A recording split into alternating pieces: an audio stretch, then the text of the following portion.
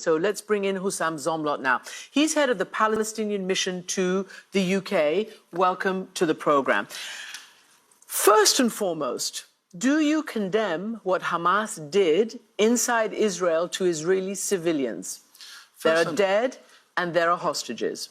First and foremost, the Western media must really abandon this framework that has gotten us to where we are today. Okay, but I just want to know, do you support the killing of civilians? Of course not, of course not, of course not. So do you condemn that? What do you think triggered this? And it was a very sophisticated Hamas attack.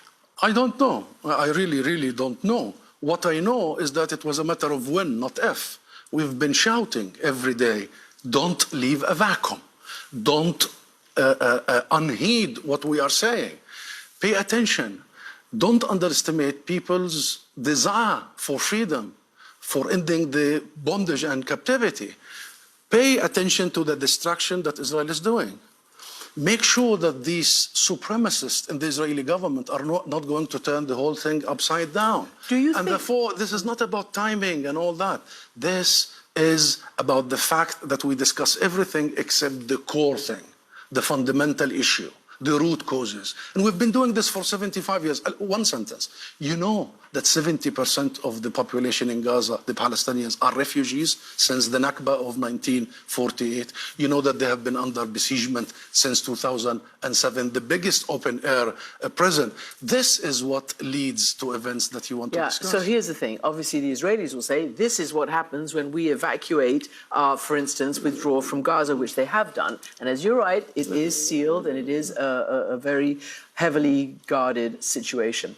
But what now happens? So, for instance, I was speaking to the former Israeli ambassador to the US, Michael Oren, and he said, even you, Palestinian Authority, all of you guys who are in the West Bank, you're under threat from Hamas, and that you're only, he said, Mustafa and Mahmoud Abbas are only alive because Israel keeps them alive, that you're under such threat from your own people. What would you answer to that? Nonsense. Absolutely nonsense. And Israeli lies all the time. What our people in Gaza are subjected to are the same in the West Bank, in Jerusalem, and our refugees and diaspora. We are united by our suffering, and we are united by our goal, which is ending this occupation, ending this illegality. We have our political differences, of course, but we make no mistake that the one thing that we need to rid ourselves with is the Israeli military occupation, is the colonization, is the system of racial domination that has been imposed on us. We make no mistake of that. So this is not a Palestinian internal affair.